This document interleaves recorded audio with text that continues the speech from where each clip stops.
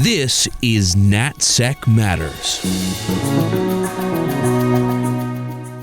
I'm host Jeremy Bash with Beacon Global Strategies. Today, I'm joined by Dawn Meyerriecks, a commissioner with the National Security Commission on Emerging Biotechnology. Commissioner Meyerriecks previously served as the Deputy Director for Science and Technology at the Central Intelligence Agency. With more than 40 years of experience supporting U.S. technological leadership, she has held roles in the Office of the Director of National Intelligence and on the National Security Agency Advisory Board. Commissioner Meyerriecks joins us today to discuss the Commission's report, Charting the Future of Biotechnology, as well as her own sterling career in the U.S. intelligence community and as a national security leader. The landmark assessment that she helped co-author examines the state of U.S. leadership in biotechnology and delves into the critical role of that sector in global strategic competition. Stay with us as we speak with Dawn Meyerriecks.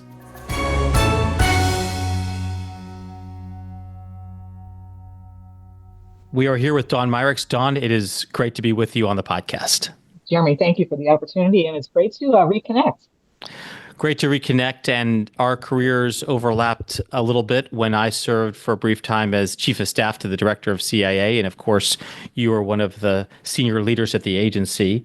After I left the agency and went on to DoD, you assumed the leadership of the Directorate of Science and Technology. But I'd love for you to walk us through how you got to a role like that. You know, what was your career journey?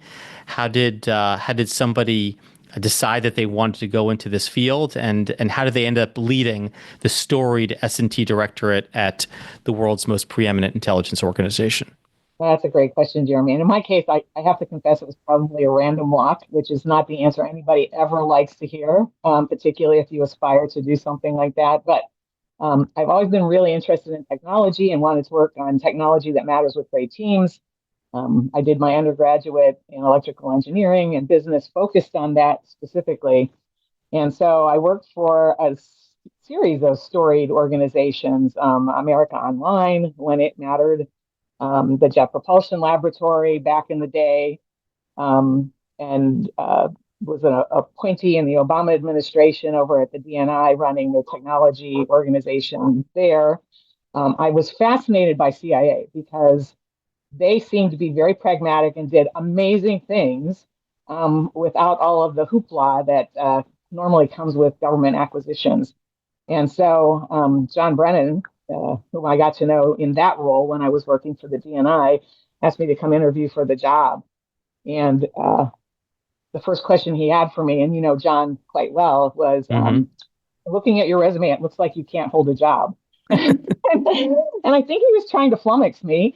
And I laughed because I said, well, that's what I say about myself. It's always about really good mission with great teams. And I think that's my responsibility to find. And so we got off to this amazing start to the conversation. And I guess that was the right answer, or a better answer than he got from other people. So I had the opportunity to join the CIA, and it was a fabulous experience, as you well know. And Dawn, when you were kind of moving from the private sector to working with some government-aligned agencies like the Jet Propulsion Lab and ultimately working at ODNI, what were some of the kind of technology challenges that you were identifying, that you were seeing where the private sector maybe had something to offer the government? Yeah, I love that question because I think that has been one of the marquee things that I've done throughout my career is, and I think it's served well, is you don't need to invent something if somebody else has already got something pretty close that you can adapt. And so I've always been a big proponent for figuring out how to use other people's money and other people's tech to solve mission challenges that matter. I was part of Rumsfeld's kitchen cabinet that set up relationships with Silicon Valley way back in the day. I actually sat with the Google founders in a room, the three of us, and talked about access to information back when nobody knew their names. And we did I was the CTO at the time. My Skunkworks team did a security evaluation of, at the time, they were shipping devices. It wasn't, just a web search, but they were also shipping devices. And we sent the report in, and Sergey came back and said, I didn't think there were people that were this competent in government. It was a hysterical sort of observation. And we just maintained these relationships over the years. I was on Mark Andreessen's board when Devies could be on boards for Netscape.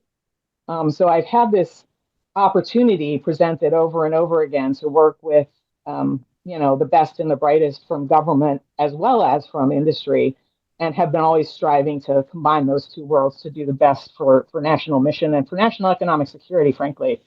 And so there's just a plethora of these stories that I could tell that I won't bore you with all of them. But those opportunities were always such fun. And then, of course, technologists, once they have relationships, they maintain them. It can be years before, you'll call on that again. But because you did hard together, you know that they're capable and you want to go back to that. And we always answer the phones for each other. So it's been this wonderful voyage. And I've loved every minute of it. And Dawn, you led the Science and Technology Directorate at CIA. Maybe you could just explain what is a directorate and also what is the Science and Technology Directorate? Yes. Let's see. And Jeremy, you can correct me if I get it wrong, but the big organizational constructs in the CIA are the directorates in terms of people and training. It's the kind of the equivalent of the services in the DoD, and then the mission centers are the equivalent of the COCOMs. So that's how, if you understand that organizational construct, you'll understand kind of how the CIA is organized. But that means that my responsibility was to recruit, retain, and train the folks that were going to be the technologists that performed across the board for mission for the CIA. And so the two big things that we did were support case officers and assets with whatever they needed. You can think Q, if you are familiar with that, I'm sure you are, in terms of, clandestine devices for communications purposes, documents, masks, all those sorts of things that you need to have in order to be able to operate clandestinely, someplace where you're not expected to be. And then we always called ourselves the collector of last resort, which was if we can't get the insight any other way, if you can't get it through humans, if the rest of the community, if you can't get it through SIGINT or ELINT or MASINT or whatever INT, OSINT, then, we would build the collectors that operated in every domain with every phenomenology to try and get at that piece of data that the analysts said they needed in order to be confident in decisions and recommendations that they were providing to the National Security Council. And the third thing that the CIA does is covert action. We supported that as well, but I won't talk about that any more than to just touch on it. And it's fair to say, Dawn, that most of the technological eye-watering innovations that your teams built probably never are made public appropriately. And it's also fair to say that some of the things that are made public, for example, the operation to find Osama bin Laden and take out the leadership of Al-Qaeda in the years after 9/11, that the directorate of S&T and the professionals at CIA played an instrumental role in that. Is that accurate? Absolutely correct. Yes. If you look back, the historical stuff, Corona in space and Oxcart, the SR-71, all of those have their antecedents at CIA, DS&T, and they were answering specific mission challenges at the time, and just roll that forward, and the men and women are still doing those extraordinary things. And as we think about the national security landscape today in 2025 and think about all the challenges that a current CIA leader or an intelligence community leader has to face, tell us how you're thinking about the new challenges. What are some of the issues that are at the intersection of technology and national security that senior leaders ought to be focusing on today? Yeah, I love this question because it was a passion point for me before I left, and I'm still pushing it. And it's really about national economic security is national security, and understanding that intersection of technology and business is something that classically government hasn't done very well. I'll just be frank. Because they're two different worlds. They don't interact as often probably as they should. In many cases, it seems to be like an adversarial relationship or here's your tax. Nobody wants the FBI to show up. Nobody wants the IRS to show up, right? So it gives that flavor. I used to use the analogy of everybody wants police in their neighborhood, but nobody wants that flashing blue light behind their car, right? Mm-hmm. So there's this dearth of communication, I think, that leads to these, mismatches and lack of understanding. And I think we've got to get past that. As chips, I think we have spent a lot of money to address what we should have been talking about all along, which is how important is it to keep the hand skills and the manufacturing prowess here in the U.S. simply from a technology and a business standpoint. So, for example, I'm working on a little paper right now about the fact that we've lost hand skills means that we're not able to generate robotics manufacturing lines as well as we should be able to, for example, right? Mm-hmm. And that replacing that is not simply just bringing the tech in; it's also creating those old guilds we used to have. Where I'll never forget, one of my guys was taking a weapon apart at one point, and I said, "How do you know when to stop twerking?" Right? And he said, "I can feel it."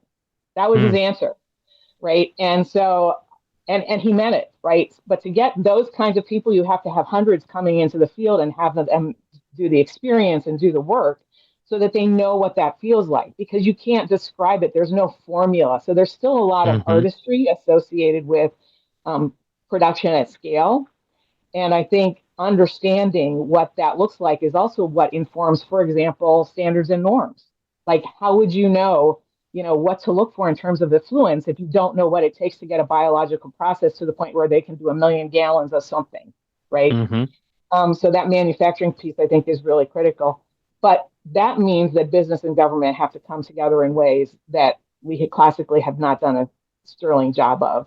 And so that's another big passion point for me, is bringing that kind of information, bringing those groups together in order to figure out what should we be looking for? Where are we behind? Does it matter to us? Where should we be ahead? Where is it really important for us to lead, or us to lead with our partners from a global democracy, liberal democracy standpoint? And you can't do that unless you know, relatively speaking, where we are vis-a-vis those that don't have those same kind of values that we do. And I think that's something that we have to do a much better job of. And technologists have to be in that conversation. It can't be a dry analytic conversation. And I love my analyst buddies, so I'm not dissing them at all. But the book is always different from what it actually takes to build something. And that's what I mean about the artistry that still comes with that. I use geeky examples, so I won't bore you with those. But there's a difference between what the book says you should do and what actually works when you're building something. And only somebody who's practiced that can actually bring that expertise to bear. Well, if you think about the areas where the U.S. has had technology leadership, and we've been able to leverage it for great economic benefit, and I think of the advent of the internet. And now I think, of course, about the age of AI and these large language models. For the most part, we're seeing American dominance, maybe a sort of a loaded word, but certainly American global leadership with respect to the age of AI. And I think the question presented is, yes, that's going to help us economically. How do we make sure that it also helps us from a national security perspective? Because as other countries, rising powers or geopolitical near-peer competitors like China seek to catch up and in some cases surpass us in the field of AI, this is going to be a major challenge for U.S. government leaders. Because as you said, the innovation's happening in the private sector. The action is in the private sector. How does a government leader work with a private sector leader to make sure we don't fall behind? Yeah, I think that's a really good point. And I think it's AI, it's quantum, it's biology. It touches every facet of our lives and of the technological stacks kind of across the board. And I think this is the point that you're making is exactly the right one, which is that we have to change these conversations. And I'll also observe as a technologist that when you put two technologists at a board and they're both experts, it doesn't matter where they come from. I know that used to make my case officer buddies really, really nervous when we would put technologists at a board. But I think we train people to be able to know kind of where the lines were. But we used to write really good intel when we had, conversations with other technologists. And I think the thing that's interesting is that, first of all, it's kind of like the Sergey comment, right? Like, I didn't think there were these good these good technologists in government, it opens up everybody's eyes. We live in dark places. Those in the intelligence community, that's part of the training, right? Is like, how could this be misapplied? That's what you're thinking about all the time, because one, you may want to do that so that you can actually collect intelligence, but also how could it be misapplied in a sense that it doesn't comport with our values? You have to have actually thought that through. Commercial doesn't have usually the time nor the inclination to think about that. So I always watch light bulbs come on when we talk to really smart commercial technologists, and vice versa. They would talk about like manufacturing processes or how they thought about business. And then it would be like, oh, so that's not a good exploit to think about because they're going to be prepared for that. But this one over here that they haven't talked about is something they're not thinking about, right? So we came away richer as a result of those conversations. So I think there has to be a lot more, and it can't just, I guess what I'm saying is it can't just be policy. It's got to be, no kidding, technical expertise that's shared in a way that both entities walk away understanding. And I'll give a trivial example, but one of my buddies in Silicon Valley, in the early 2000s, and you probably saw this too, they were saying if you were doing software development and you weren't doing it in China, you were stupid because they were smart and they were cheap, right? And so I had the opportunity to talk to him recently, and I said, so how did that work out for you? And he laughed, right? Because at the time it was all about like maximum return on investment, but there was no thought about how fast the IP could be stolen and replicated.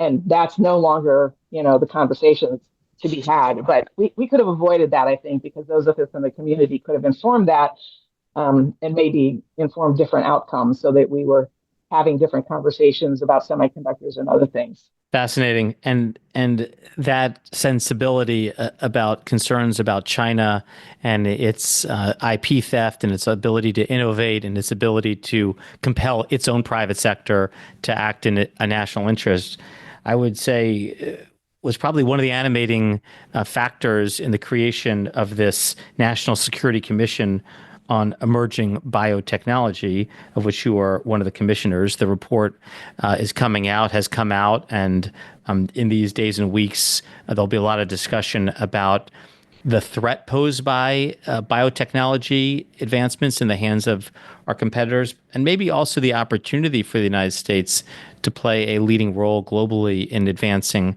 biotechnology. Maybe you could just sort of sketch out at a high level, what are some of the issues that this commission wanted to tackle, and what were some of your main findings? Yeah, thanks for the question. Great question. So when I was S&T, I always said that SymBio was my worry bead, because breakthroughs could happen and they would be at such a level that most people did not understand, but also with huge implications, right? And so when I was contacted to join this commission, first of all, I said, I'm not a biologist, and it was Senator McConnell and his staff, Robert. Hi, Robert. It was like, no, but we want something pragmatic that we can actually work on. And I said, okay, that I can do all day long. And it was this, special interest for me because I was worried about what could be done at that level that would be really, really difficult to discern in terms of whether it was introduced or whether it was caused by natural occurrences. So that was a big part of what motivated me personally. But then as we started to dig into the topic, what we found, again, was this sort of lack of understanding on the U.S. side about what kind of threats could be brought to bear against IP production, in terms of, or mucking with manufacturing processes, or, I had people look at me and say, no one would ever do that. And I would laugh and say, well, let me introduce you to the CIA. But also the things that we saw a lot of were we would start something. What I mean is the country would start something, and then it would run into, something like, I need a $1 million gallon fermenter. Well, that's $1 billion.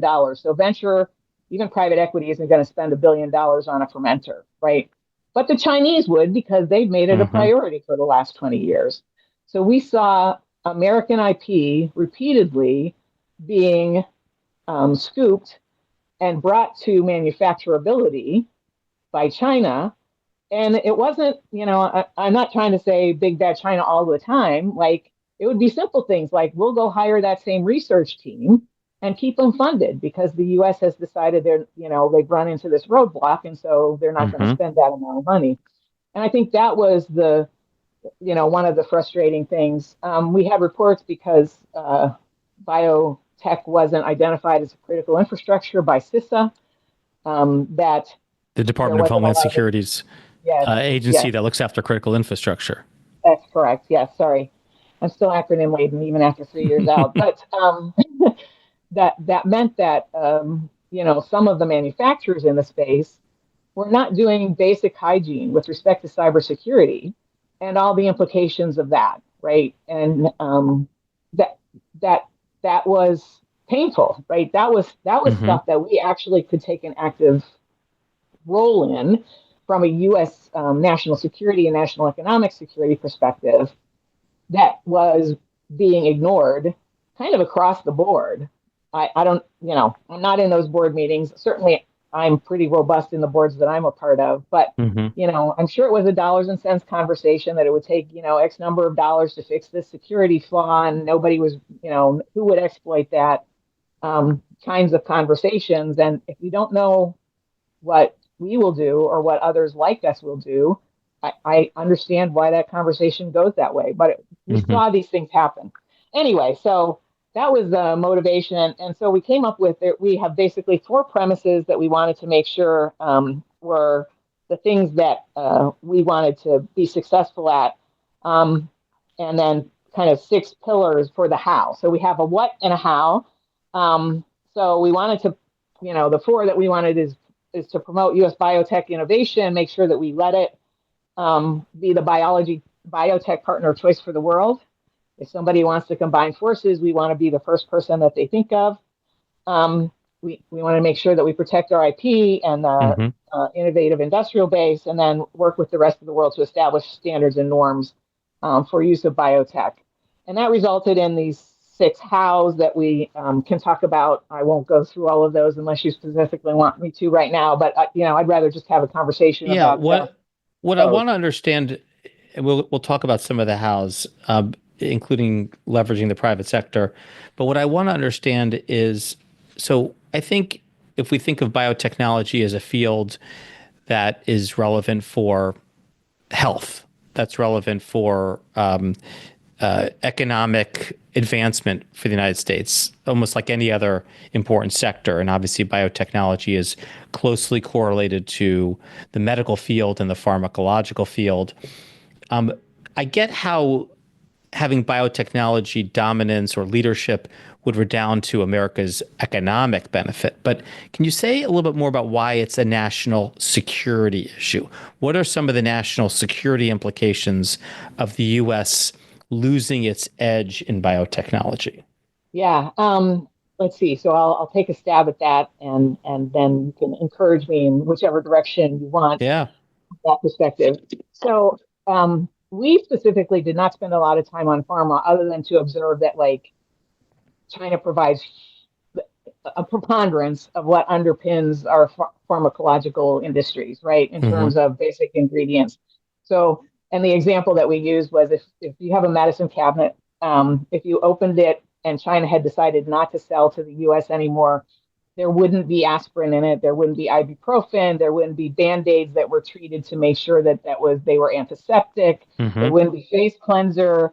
I mean, that's kind of, think of that as like your medicine cabinet is like gauze bandages kind of Yeah. thing, right? So from a national security perspective, I mean, if you look at Maslow's hierarchy, there are certain things that people just expect. And so then you can go to food, right? So even today, and I don't think, again, this is the quiet storm that's happening. Most of our farmers use stock that has been improved with biotech to be drought and pest resistant. Mm. And the ones that use that are three times more profitable, have three times more revenue than the folks that don't, right? Mm-hmm. Is that a national security imperative? Well, it's certainly a national economic security imperative, but think about what if a very virulent virus was introduced into the wheat crop in the US, right? So that's bread, cereal, all Mm-hmm. of our baked goods, but we also are the breadbasket for much of the rest of the world. So it's not just us that's impacted at that point. It's the globe and everyone who's reliant on our wheat exports, right? If you think about energy, one of the things that the Chinese have shown is an ability to scale biomanufactured energy to huge volumes. Mm-hmm. Um, is that necessarily a national economic or a national security concern? Well, I would submit that it certainly is a national economic security concern. And so the ability to scale energy, especially as we talk about, I'm on the board for a data center. We Mm-hmm. actually, land is not the problem right now. It's power, Yep. right? We pick where we're going to put the next data centers based on the power grid and available power. So all of this matters. And then, we can talk specifically about national security in terms of the DoD. What if you could store blood at room temperature? What if you could manufacture edibles, and I mean food, Mm-hmm. in the battlefield environment? What if you could manufacture energy, fuel in the battlefield environment? Think about the logistics implications that would have. And also this idea that you could have small teams deploy basically and be self-sufficient for a long time Mm-hmm. with the right set of equipment changes the whole face of how you think about, irregular warfare can become the norm. And I assume that part of that conversation would also entail a discussion about bioweapons and very sophisticated genetic engineering that a nation state could employ to, uh, you know, take out or debilitate an adversary's military or intelligence capability or diplomatic capability or all the other instruments of power. Is that something that the commission grappled with, which is, are we ready for an era in which bioweapons could become sort of part of the arsenal of our adversaries? Yes, we did. That's most of that is in the classified report, but I will share a story because I think you're right in a sweet spot. Uh, when I was again at S&T, many of the smaller countries that I visited, particularly if they were reliant on our adversaries for food, were worried about whether or not the food they were ingesting were going to result in decreased reproductive rates over generations. Right? I mean, that's a low and slow, but our adversaries have shown that they're okay with low and slow, right? But it came up invariably, almost in every conversation. And so a lot of the work that we did was then um, in my old organization, helping outfit them to know what to look for and how to look for it, in order to see if there was, anything that was emerging. So, yes, there are, we could talk about bioweapons and actually, that's a category of thing. And we didn't spend a lot of time on that. We spent Yeah. more time thinking about exactly the sorts of things that we just talked about. And we also, we know there's a super soldiers program in China, right? Yeah. Think about the implications of somebody being able to hold their breath and swim long distances, right? Then it changes the whole idea of littoral warfare and what a SEAL Yep. might do, right? Or if you can stand, cold temperatures for long periods of time, or if you can summon like incredible acts of strength for short periods of time, right? It just changes fundamentally the way we would think about the kinds of threats that we might face and the kinds of capabilities we might field, right? And and for all of those things, right? And this is the thing I think that is both the promise and the threat of bio is we won't understand in some cases the implications of changes that we're making for generations, right? If you think about DBT, is a terrible example, right? We thought it was a great idea until we noticed that we were killing off all of our, large carnivore aviators, right? So Mm-hmm. it's those sorts of things that I think what we as a commission recommended in terms of follow-on actions was let's understand what our right left are in terms of where we're comfortable, but also understand that we're going to have to do controlled research and establish Mm-hmm. standards of behavior across the globe that make sure that we don't unleash these things into the wild with, unknown consequences. We're going to take a quick break, and we will be right back with more of our discussion with Dawn Meyerriecks. Beacon Global Strategies is the premier national security advisory firm. Beacon works side by side with leading companies to help them understand national security policy, geopolitical risk, global technology policy, and federal procurement trends. Beacon's insight gives business leaders the decision advantage. Founded in 2013, Beacon develops and supports the execution of bespoke strategies to mitigate business risk, drive growth, and navigate a complex geopolitical environment. With a bipartisan team and decades of experience, Beacon provides a global perspective to help clients tackle their toughest challenges. So I want to pick up on some of the recommendations that this commission highlighted, and particularly the ones that involved government working with the private sector, which is where we began this conversation. There is a recommendation, it's in the second pillar, of establishing an investment fund, an independent investment fund, where essentially taxpayer money would be used to invest in technology startups that would strengthen U.S. technology leadership in the field of biotech. There's another recommendation in the section on defense, in which the commission recommends that DoD work with private sector companies to build commercial facilities to manufacture biotechnologies that are critical for national security needs. And in general, there is a recommendation of, I would say, something that I might call industrial policy, where government would be investing in and working with the private sector, encouraging and streamlining regulations to encourage the U.S. domestic economic industrial base to invest in innovation in biotechnology. And in some ways, one framing might be we're not going to really be able to slow China down. We can try, but they're going to, the thieves are going to steal, and the state capitalists are going to state capital. But we have to run faster. We can't just slow the other guy down. I was wondering if you could just comment on that. Is that something that you think is the right model for economic and technological and national security leadership for the United States? Yes, absolutely. I would bet on U.S. innovation every time. I think what we have to do is make sure that we're assisting that and not slowing it down. And sometimes that's not the case. So we found instances, and I'll take your comments kind of in reverse order from the regulatory perspective. We found instances where there was one U.S. organization that approved a product for release that had been synthesized biologically, but then the maintenance of that certification went to another entity, another organization, and the government, who had different criteria. So what that meant to people who wanted to invest was that the road to approval was rocky, but then the road to maintaining that was also not assured. So that, when you're making an investment, and this is you're in my retirement, so I'm I'm good with this, right? You have to be able to have some surety that once you introduce a product to market, that it does well, that you can keep it in market. There's another example we found where one of our major food supply components, I won't mention which one, when they tried to bring a drought and resistant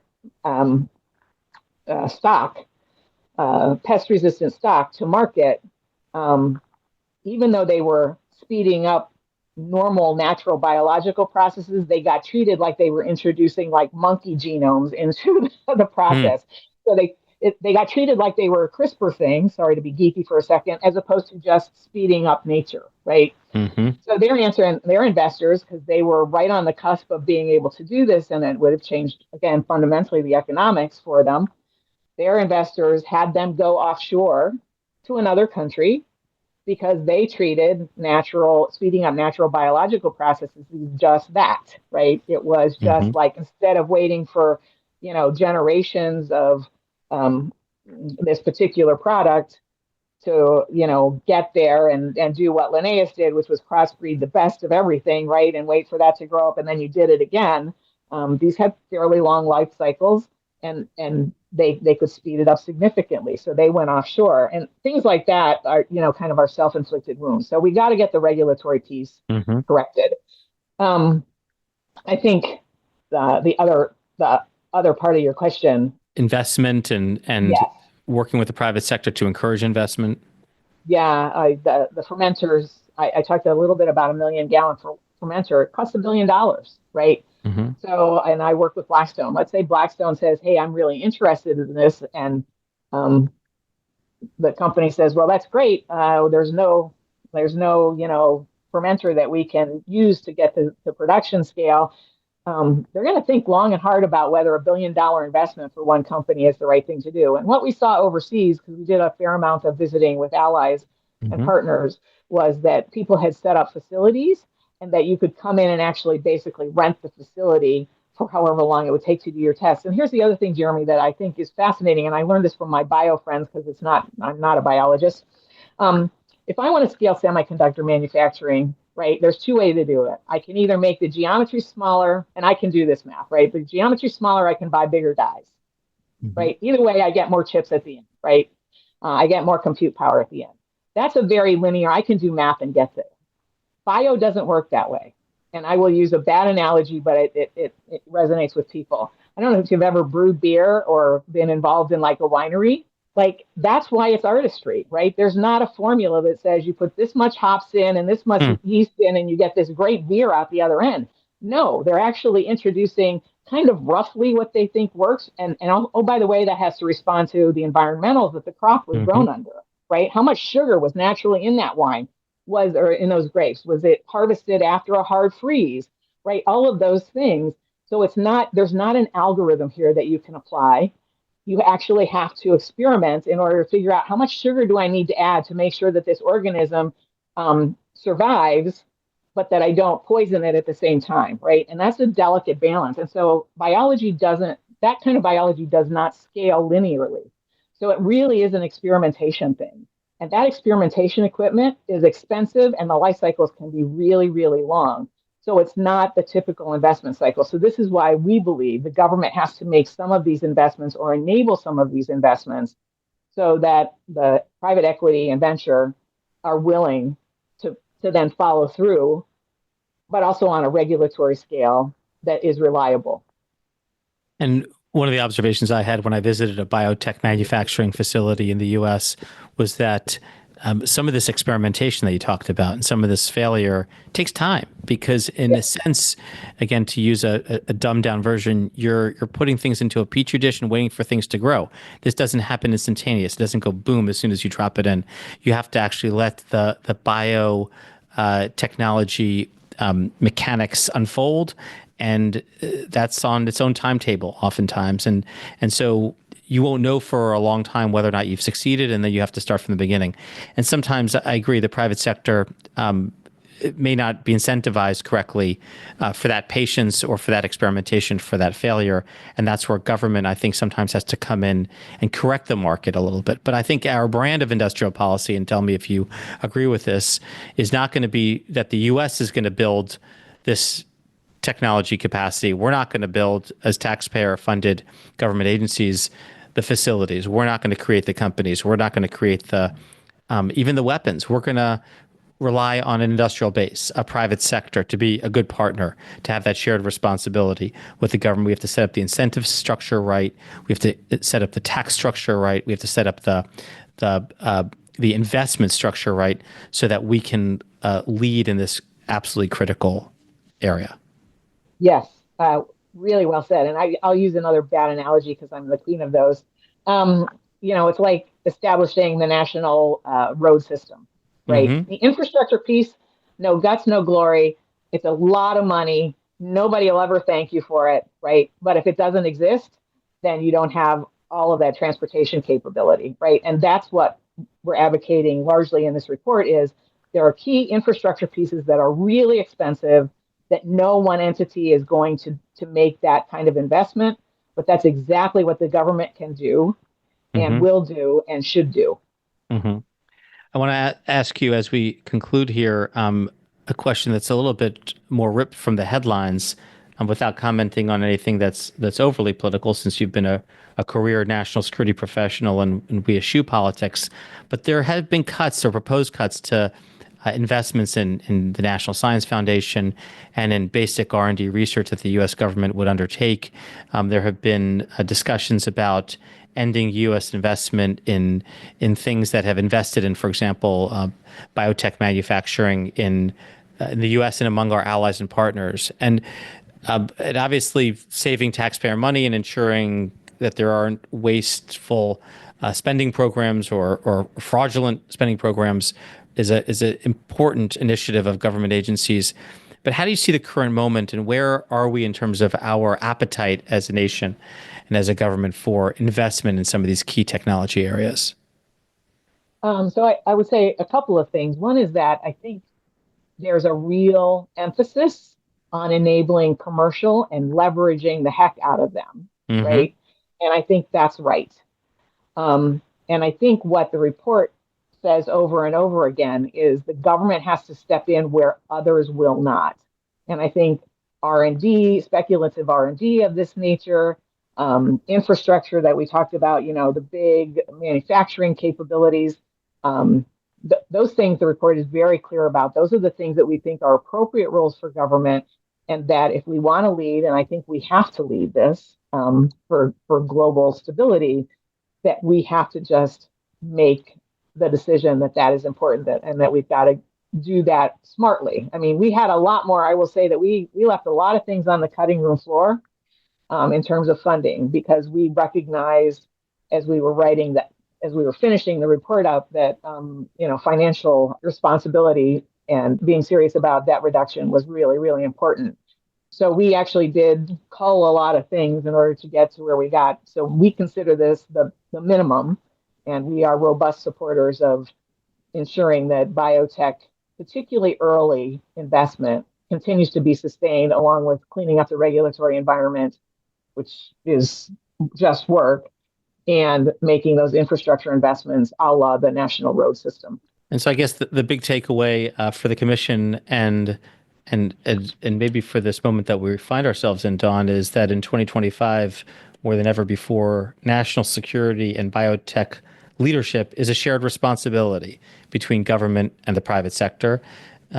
Those of us who are no longer working in government, but saw the great work that government colleagues are doing and are now helping the private sector, maybe we're helping the private sector uphold that shared responsibility, uphold that end of the bargain to the betterment of the U.S. and hopefully the world. And that's, in that way, maybe, Dawn, I'll sort of say thank you to you for continuing to serve, continuing your role as a public servant, and continuing the mission of protecting U.S. national security.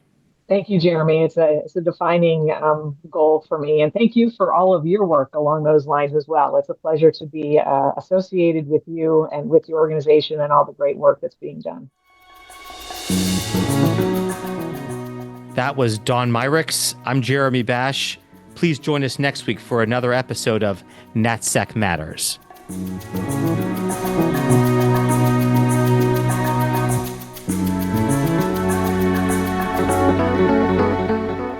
NatSec Matters is produced by Steve Dorsey with assistance from Ashley Berry.